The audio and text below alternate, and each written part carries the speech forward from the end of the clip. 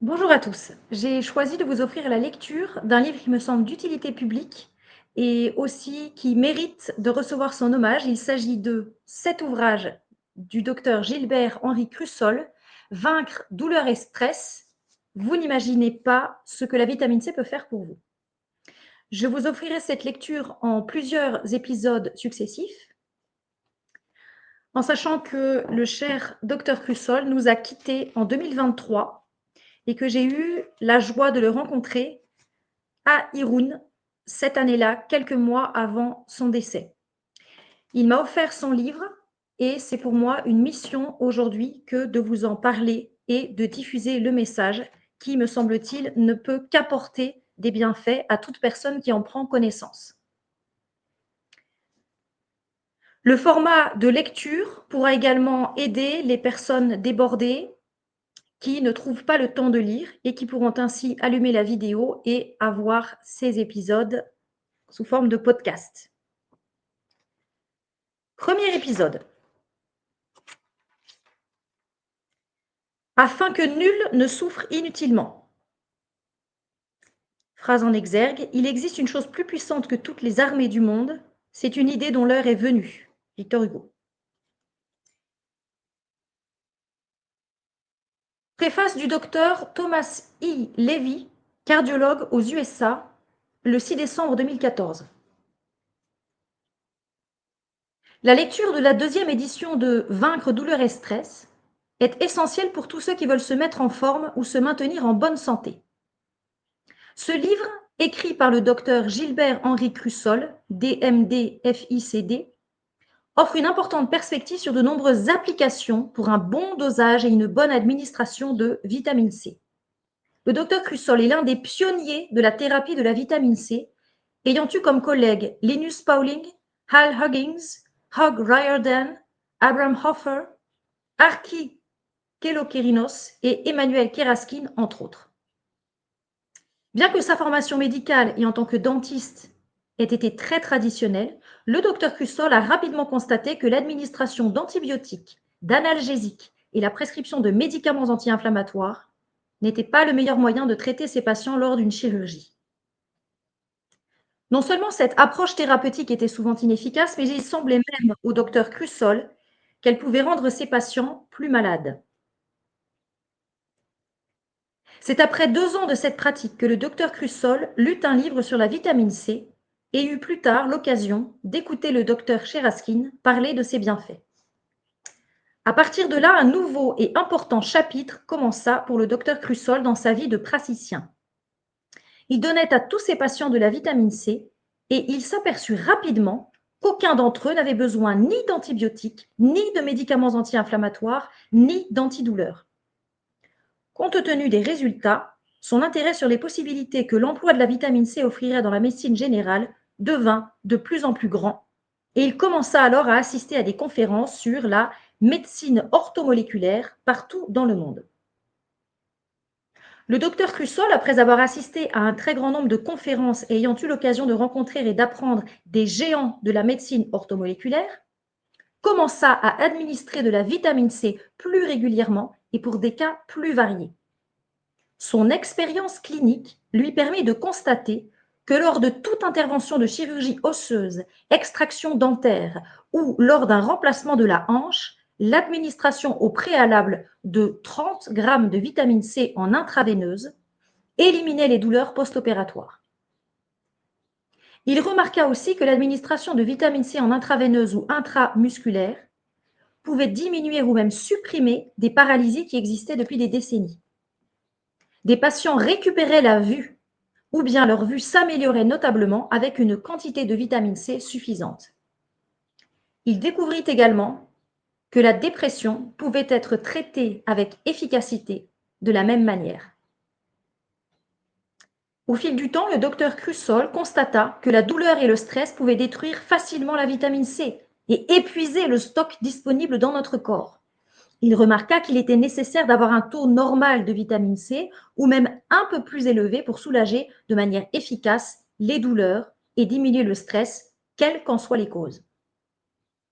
Suite à son travail sur la vitamine C intramusculaire et intraveineuse, Le docteur Crusoe observa que la prise de vitamine C par voie orale pendant quelques jours avant tout traitement ou intervention chirurgicale rendait le traitement plus efficace et avec moins d'effets secondaires ou de complications.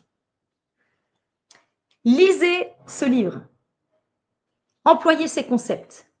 Une utilisation plus fréquente de la vitamine C sous toutes ses formes vous permettra d'être en meilleure santé. Et si vous êtes un praticien, vos patients penseront que vous êtes un clinicien vraiment doué.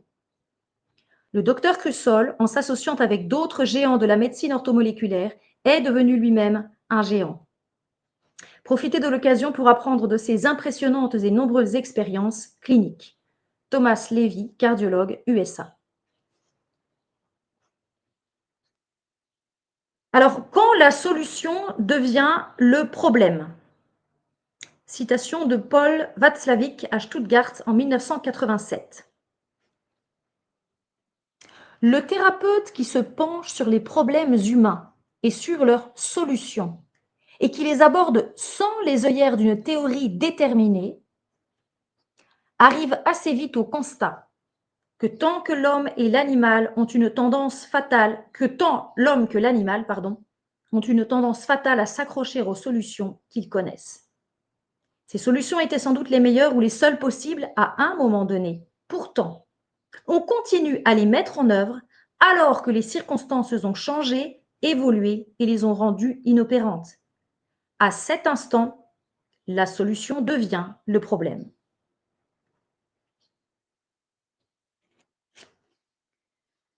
Autre citation, en lettres capitales, du professeur R. Leriche. Les hommes qui souffrent ont des droits sur nous. Ils ne comprennent pas que des questions de personnes, d'école ou de dogme les privent de ce qui pourrait leur apporter guérison ou soulagement.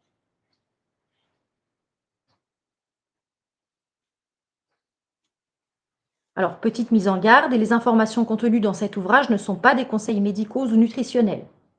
Législation oblige.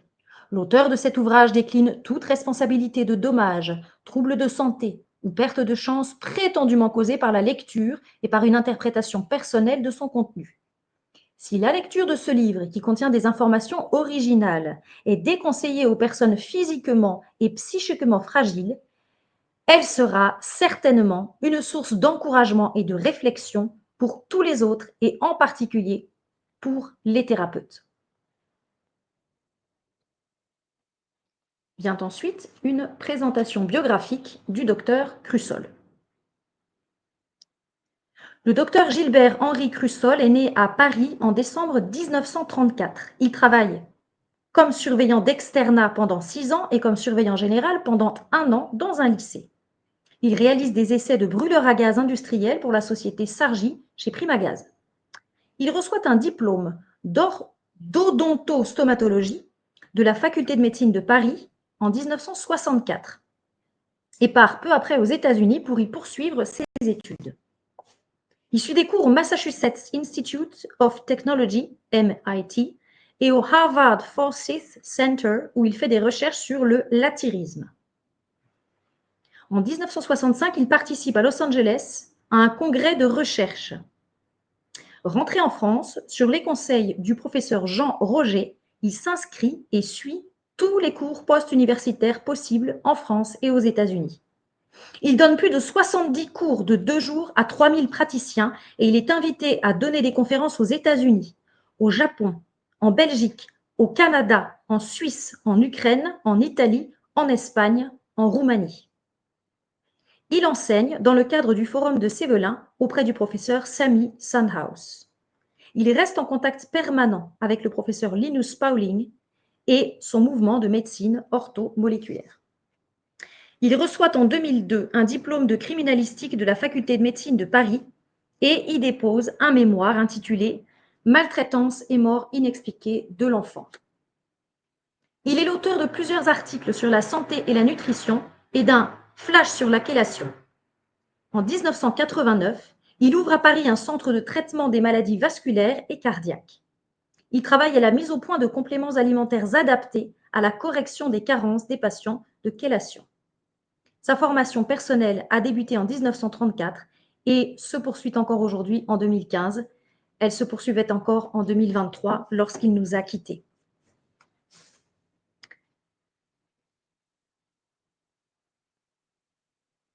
Présentation et citation d'un autre médecin, le docteur Pierre-Henri Corson, précurseur de génie. Le docteur Pierre Corson figure parmi les êtres exceptionnels qu'il m'a été donné de rencontrer. J'ai eu l'honneur de l'interviewer sur les ondes de Radio Ici et Maintenant à plusieurs reprises. J'ai eu l'honneur de travailler avec lui dans un centre médical. Mon admiration pour lui n'a jamais faibli. Voici un extrait de ses écrits. Ouvrez les guillemets. Une médecine de l'homme doit aujourd'hui se substituer aussi souvent que possible à la médecine des maladies.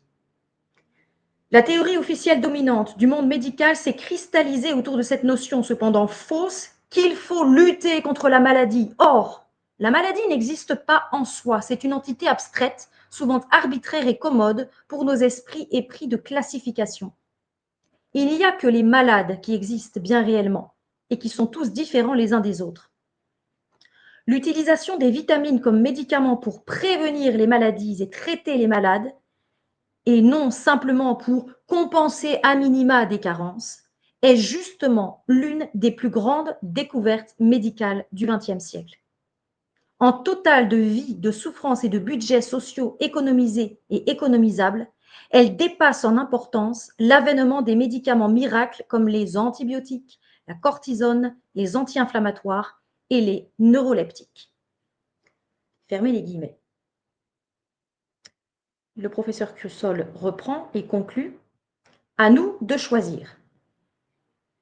Une jeune fille américaine voit chaque année une moyenne de 7 spécialistes.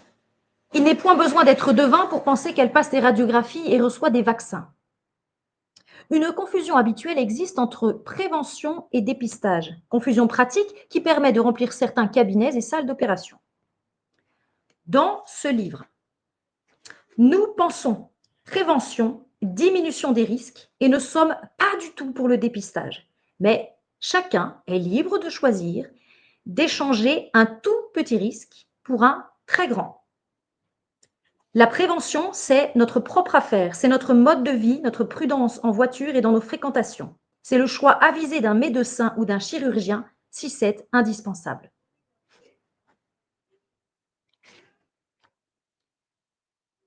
Dernière page d'introduction, un témoignage qui explique mieux que tout le titre du livre.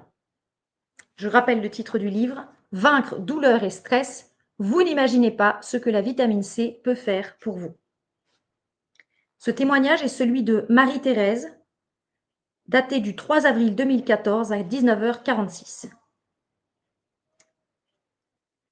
Mon histoire qui débuta fin juin 2013. Un massage très musclé a déclenché chez moi un terrible mal de dos. Pendant 2 mois, j'ai de très fortes douleurs jour et nuit. Je rentre dans le système médical. Radio, scanner, gastroscopie, test de Lyme. Je suis sous antidouleur, dafalgan, puis cortisone, puis morphine. On me trouve la maladie de Forestier, calcification. Les douleurs sont toujours présentes malgré les antidouleurs. La cortisone et la morphine me rendent très malade. Je ne peux plus m'alimenter, je vomis tout. Je perds 8 kilos. J'ai des crises de tremblements incontrôlables. Je rentre dans une phase de déprime. J'atterris à l'hôpital où l'on m'explique que je vais devoir prendre des antidouleurs à vie. Comme je ne peux plus manger, on me cherche un cancer quelque part. C'est bon pour le moral. J'apprends aussi que j'ai la maladie de Lyme. Je cherche désespérément une autre voie. Je dois trouver une solution. C'est là que mon ami René Bickel m'appelle, merci René, et me conseille de prendre de la vitamine C à forte dose. Au point où j'en suis, je n'ai plus rien à perdre. On m'apporte cette vitamine C à l'hôpital ainsi que le livre du docteur Crusoll, Vaincre douleur et stress, sur lequel je me base pour les doses à prendre. J'en prends toutes les 2 heures. Dès le lendemain, les douleurs diminuent. Je jette les médicaments et je prends en cachette de la vitamine C, 40 à 50 grammes par jour. Après 4 jours, je sors de l'hôpital. Je n'ai pas récupéré mon énergie, mais je n'ai pratiquement plus de douleur. Je continue à prendre de la vitamine C Salts, 20-30 grammes par jour. Dans les semaines qui suivent, je remonte la pente de façon spectaculaire au grand étonnement de mon entourage.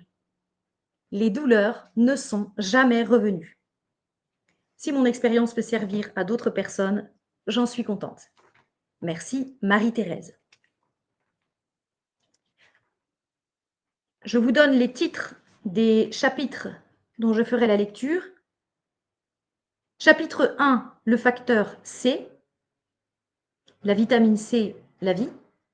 Chapitre 2, la douleur chez l'humain. Chapitre 3, le stress chez l'homme. Chapitre 4, contraintes multiples.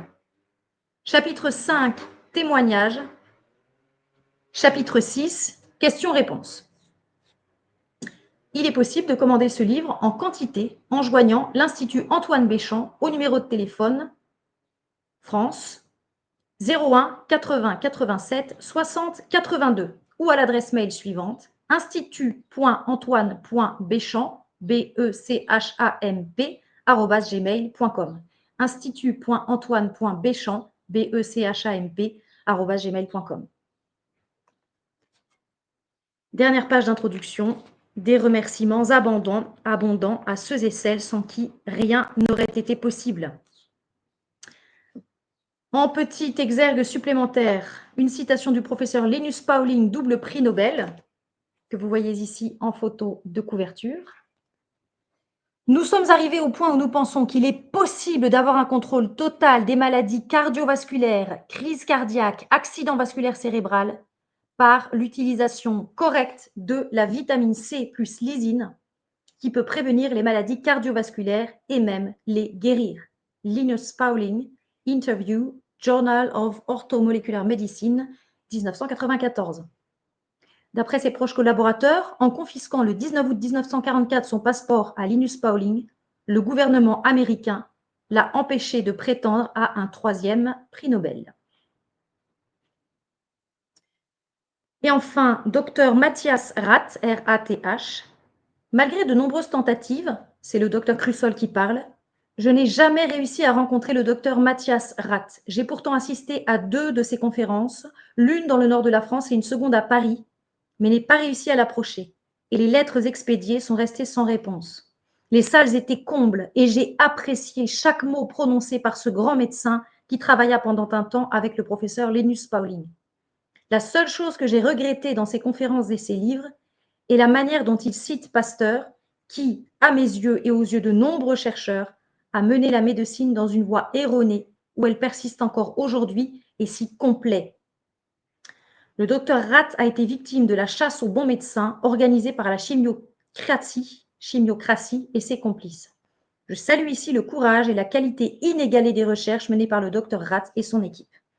Citation de ce docteur Rath, tirée de « La santé est entre vos mains ».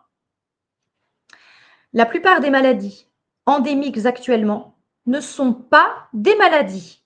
Point. Elles sont la conséquence inévitable d'un manque pendant des années de vitamines et d'autres substances naturelles, alors que ces substances remplissent des fonctions essentielles du métabolisme dans des millions de cellules de l'organisme. Les infarctus, hémorragie cérébrale, problèmes d'hypertension, insuffisance cardiaque, les complications dues au diabète et autres maladies feront bientôt partie du passé. Voilà pour ce premier épisode. L'épisode suivant consistera en la lecture du chapitre 1, le facteur C, la vitamine C, la vie. Merci pour votre attention. N'hésitez pas à laisser des commentaires sur ce livre. Je me ferai un plaisir de les transmettre à Nathalie Crusoll.